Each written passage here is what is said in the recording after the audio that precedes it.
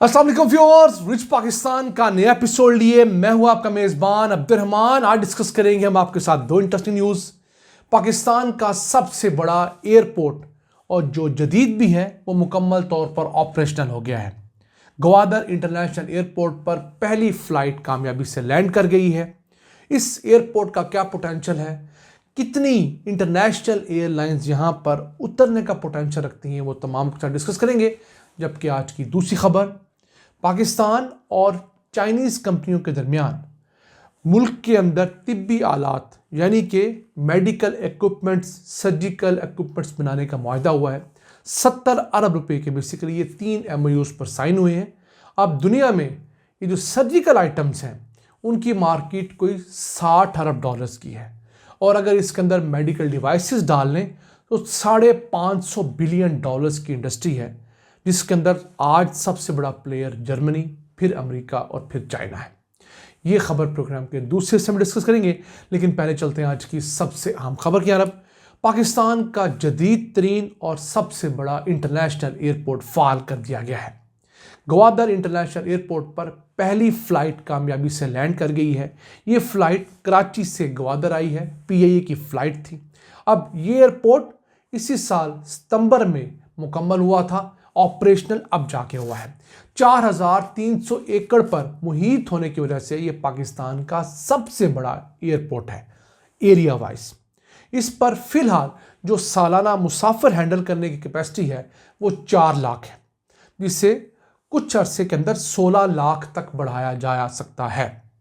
अब इसके ऊपर जो रनवे बनाया गया है वो 12,000 फुट तवील है, 250 फुट चौड़ा है।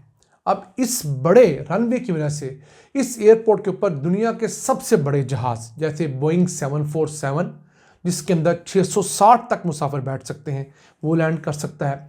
इसी के साथ साथ एयरबस का जो A380 जहाज़ है, जिसमें 853 तक पैसेंजर्स हो सकते हैं, वो इस एयरपोर्ट के ऊपर लैंड कर सकता है। अब ये एयरपोर्ट चाइना ने पाकिस्तान को गिफ्ट किया है। 230 मिलियन डॉलर्स की ग्रांट पाकिस्तान को दी गई थी, तकरीबन 60 अरब रुपए की लागत से ये एयरपोर्ट बनकर मुकम्मल हुआ है। इस ग्रांट का मतलब ये होता है कि आपने ये पैसे वापस नहीं करने होते, ये गिफ्ट होता है। अब फिलहाल ग्वादर के अंदर इतनी आबादी नहीं या ग्वादर में इतनी एक्टिविटी नहीं कि यहाँ पर इतनी बड़ी तादाद में पैसेंजर्स आए। इस वक्त तो ग्वादर के अंदर जो थोड़ी बहुत एक्टिविटी है वो मुकामी लोगों के कराची जाने, वहाँ से मेडिकल या तालीम की सहूलियात लाने से मुतालिक है। लेकिन एक अहम चीज़ जो इस ग्वादर पे की जा सकती है, जो पहले नहीं हुई, वो इस एरिए को, इस एयरपोर्ट को ट्रांजिट हब बनाना है। यानी दुनिया की ऐसी फ़्लाइट्स जो बहुत लंबे फासले पर जाती हैं, उन्हें रास्ते में अगर रिफ्यूलिंग करनी है, कोई टेक्निकल इशू आ गया है, कोई कार्गो हैंडलिंग करनी है, तो वो इस जो एयरपोर्ट है उसे इस्तेमाल कर सकती हैं। अब ये जो रूट है जिसके ऊपर ये तमाम एयरपोर्ट का इंफ्रास्ट्रक्चर मौजूद है, इस रूट पर हर रोज़ 260 इंटरनेशनल फ़्लाइट्स गुजरती हैं। यानी ये जो गल्फ़ ऑफ ओमान है, इसके ऊपर से 260 एयरलाइंस एक दूसरे मुल्कों के दरमियान गुजर के जाती हैं। तो अब उनमें से कम 50 एयरलाइंस ऐसी हैं जो ग्वादर के इर्द गिर्द ट्रांजिट करती हैं। कोई सहूलियत लेने के लिए ओमान उतरती है, कोई दुबई, कोई अबू धाबी, कोई आगे। तो अगर हम इस एयरपोर्ट को प्रॉपरली मार्केट करें तो ये हो सकता है कि हम इंटरनेशनल फ़्लाइट्स कुछ यहाँ लाने में कामयाब हो जाएं मुख्तलिफ सर्विसेज के माध्यम में।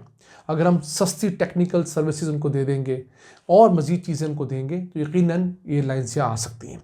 वैसे माहिरीन के नज़दीक एक और बात भी कही जाती है कि ये एयरपोर्ट अगर प्रॉपरली हम लोगों ने मार्केट ना किया तो यहाँ पर मुसाफिरों की तादाद कम होने की वजह से एक सफ़ेद हाथी भी साबित हो सकता है। जी हाँ, बिल्कुल इसी तरह जैसे श्रीलंका ने एक इंटरनेशनल एयरपोर्ट बनाया था चाइना की मदद से ही, वो आज सफ़ेद हाथी है। तो जब ये एयरपोर्ट प्लान किया गया उस वक्त इतना बड़ा एयरपोर्ट न जाने क्या सोचकर प्लान किया गया, फिर इमरान खान दौर में इसकी बाकायदा कंस्ट्रक्शन भी शुरू हुई। हमारा मसला ये है कि हमें कहीं से ग्रांट मिले या कर्जा मिले तो हम उस रकम को फ्री समझते हैं। ये नहीं सोचते कि जितनी बड़ी चीज़ हम बनाएंगे उससे मेंटेन करने की कॉस्ट तो हमने खुद बर्दाश्त करनी है, तो जो मेंटेनेंस और ऑपरेशनल की कॉस्ट हैं वो हम कहाँ से पूरी करेंगे। हम ग्वादर को आज तक पिछले तकरीबन 22 सालों में कोई मुनासिब दर्जे का सिटी भी नहीं बना सके, और तो और ग्वादर की बाकी मुल्क के साथ जो रोड लिंकेजेस हैं हम वो भी अभी तक डेवलप नहीं कर सके। हो सकता है 2026 के आखिर में जाकर ग्वादर रत्तोडेरो जो मोटरवे है वो मुकम्मल हो, जिसके बाद ग्वादर जाना और आना आसान हो। लेकिन वो तब तक कारामद नहीं होगी जब तक हम ग्वादर के मुकामी शहरियों को बुनियादी सहूलियात नहीं देंगे, तालीम की, सेहत की, बिजली की, पीने के साफ पानी की और रोज़गार की। अगर ये चीज़ हम उनको दें, तो बहुत बड़ी आबादी नहीं है, 2 लाख की आबादी है ग्वादर शहर की, तो यकीन कीजिए फिर वो इस तरक्की के सफ़र में हमारे साथी बनेंगे। वहाँ होने वाले एहतजाज रुकेंगे और वहाँ पर economic activity, real estate, business, ये तमाम चीज़ें फ़रोग पाएंगी। आइए चलते हैं आज की दूसरी अहम खबर की तरफ। पाकिस्तान और चाइनीज़ कंपनियों के दरमियान 3 MOUs पर साइन हुए, जिसके तहत पाकिस्तान में तिब्बी आलात बनाने के 70 अरब रुपए के मंसूबे जॉइंट वेंचर्स शुरू किए जाएंगे। अब $250 मिलियन इन MOUs की जो मालियत है 70 अरब रुपए बनते हैं। अब दुनिया के ऊपर नज़र डालें तो ऐसी मसनूआत जो पाकिस्तान ऑलरेडी बना रहा है, जैसे सर्जिकल आइटम्स हैं, यानी ऑपरेशन करने के दौरान जो मुख्तलिफ़ किस्म के नश्तर वगैरह इस्तेमाल होते हैं, वो दुनिया में कुछ $60 बिलियन सालाना की इंडस्ट्री है। हमारी यही जो सर्जिकल की एक्सपोर्ट्स हैं वो मुश्किल 400 से 450 मिलियन डॉलर सालाना के दरमियान फ्लक्चुएट कर रही होती हैं। और अगर हम बात करें मेडिकल डिवाइसेस की, जिसमें ECG मशीनें भी हैं, MRI भी हैं और दीगर तमाम बड़ी मशीनें एक्सरे समेत शामिल हैं, उनकी मार्केट तो $550 बिलियन सालाना की मार्केट है वो। उसमें सबसे बड़ा प्लेयर जर्मनी है, $200 बिलियन से ज़्यादा की मसनूआत वो एक्सपोर्ट करता है एक साल में सर्जिकल की मेडिकल डिवाइसेस की। दूसरे नंबर पे आता है अमेरिका 190 बिलियन डॉलर्स के साथ। तीसरे नंबर पे आता है चाइना 137 बिलियन डॉलर्स। याद रहे कि सिर्फ एक मेडिकल डिवाइसेस, सर्जिकल डिवाइसेस की एक्सपोर्ट है इन मुल्कों की, 200 बिलियन डॉलर्स। हमारी टोटल एक्सपोर्ट्स मार के इस साल 35-37 बिलियन डॉलर्स होंगे। तो देखिए दुनिया कहाँ पहुँच चुकी है। अब पाकिस्तान की बहुत सारी सर्जिकल मसनूआत इंतहाई आला मेयार की होती हैं, लेकिन बदकिस्मती से हम उसको प्रॉपर मार्केट नहीं कर पाते। पाकिस्तान से वो ली जाती हैं, उन्हें दूसरे मुल्कों में जाकर रीपैक किया जाता है, रीब्रांड किया जाता है, और कभी उसे जर्मनी के नाम से बेचा जाता है, कभी वो किसी और मुल्क की बताकर उसे बेचा जाता है। सिर्फ वजह क्या है कि हमारे जो इंडस्ट्रियलिस्ट है उनकी इतनी पहुंच नहीं, हुकूमत का इस तरफ इंटरेस्ट नहीं।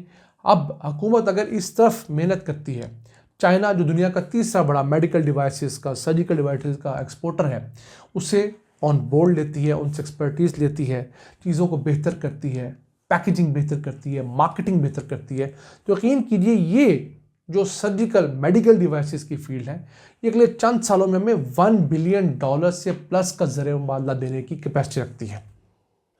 25 करोड़ का मुल्क अल्लाह ताला की नेमतों से भरा हुआ है, लेकिन हम हैं कि उन नेमतों को ज़ाया करने में कोई कसर नहीं छोड़ते और फिर बाद में रोते भी हैं। ये था आज का एपिसोड। हम उम्मीद आपको पसंद आया होगा। अपनी सजेशंस, अपनी आरा से हमें आगाह रखा करें। अपने मेज़बान अब्दुल रहमान को इजाज़त दीजिए। अल्लाह ने के बाद।